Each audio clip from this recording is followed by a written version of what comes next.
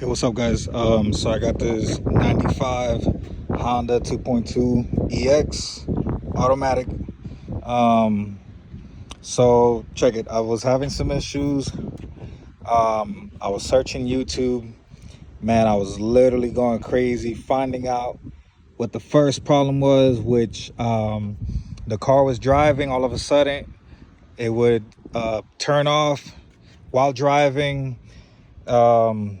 My dash was flickering, and then I came to remember that my son, when he owned the car, his window regulator wasn't working as good. Now this one I still have to replace it, which I have it in the garage. I just replaced this one because the windows weren't working. So when he had it, the windows were down. He had some water go in, humidity, all that good stuff. Electrical and water doesn't mix, as you know.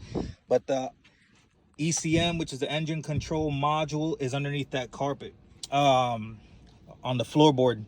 So I checked out that ECM, and the ECM was bad, right? So I went ahead and found a credible company on eBay. Paid like 300 bucks. They programmed it to the VIN number of the car. The car was working fine, but what happens, there was still a connectivity issue. And for those that don't know, they say, oh, plug it up. The 95s, those OBD2s didn't come in until 96. So yeah, I'm over here trying to find, it's like finding a needle in a haystack and trying to decipher based on the symptoms of what the hell is the possibilities of the problem is. But changed out the ECM, it was fine, but then I was having an issue with it turning on again. Now then it got to the point where it would turn on and turn off. Now for those that don't know, you got your main relay here, and then this relay is your fuel pump relay. So the fuel pump relay, unbeknownst to me, was like this. So after a while, obviously no fuel is gonna get to the damn motor and whatnot. Yeah, don't mind this. When we got the car, they had ran very poorly a sound system to the car, which we put another one, but we still have to take care of this. So besides the point, so I reconnected that fuel pump relay, main relay. I checked it, it's fine. Then obviously I'm over here thinking it's the ignition switch cylinder. I even went ahead and bought the damn cylinder assembly at O'Reilly's, brand new. But before I had installed it, and even after testing it, I went ahead and installed it just for my curiosity of, I need to make sure it's not this, because there's ways of doing it, which for those that don't know, what you do is you disconnect the bottom and you plug the red terminal to the white, and then the black to the black and white, which is the bottom. And then what you do is you connect it, excuse me, sorry for shaking it. Then you keep the red terminal connected on the white, and you put the black terminal on the black. When you do that, you're supposed to turn the key. Nothing's gonna happen here upon checking it, but then upon ECM, it's supposed to actually beep. In this case, since I have it connected, when I'm testing it, it's doing actually what it's supposed to be. Before I turn on the car, and even the beeping, for those that don't know, my actual ignition switch cylinder is not good, because I can turn on the car and still take out the key. So that's not a good thing. See,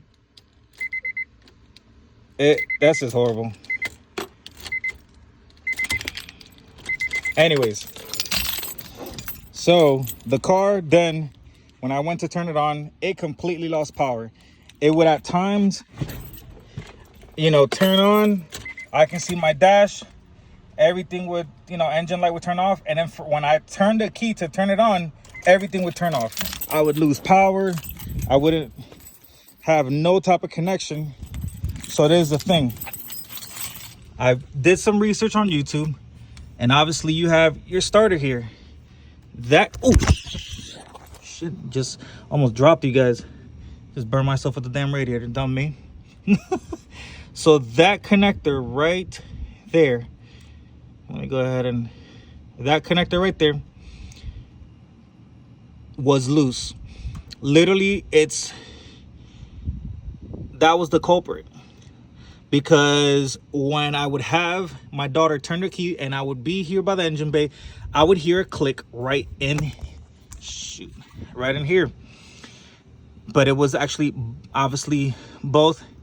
And that little piece right there, let me zoom in, right there, that was the issue. It was very loose. When I touched it, it damn near just came out on its own. So, let me put that back. So as soon as I put that up, I reconnected my positive, and then went back, put in the key, my jacked up key, which I'm considering even staying with the cylinder. Then I had power. Turn it on, wait till it primes. Car turns right on. No issue. My AC's on, so no freaking issue. I'm so happy because the last thing I want is an electrical issue with my car. Nobody wants an electrical issue with their car. So guys, I hope that you you know, if you have this same issue, I believe with these cars, mine's a 95, but I believe these cars, the parts are all compatible from 94 to 96, I think 97 on certain parts. Correct me if I'm wrong, guys. I am no mechanic, you know, guru. I just know a little bit. I am mechanically inclined, considering that I was able to figure this out based on the videos and what to look for. So if you have any questions, or if you're having any similar, just go down the lines of what it could be. Your battery, I even checked the battery because obviously there was a loss of connection. I checked the batteries was reading 12.3 volts, and then I checked the connection on the battery just to make sure that the wires were still receiving that same voltage, and the wires were also reading 12.33 volts using my handy dandy multimeter. So guys, yeah, if you have any questions, if you are experiencing any type of similar symptoms, just DM me. Let's get this figured out for you guys, man, so that way you can get back on the road. Guys, until my next video, stay blessed and stay grinding. Peace.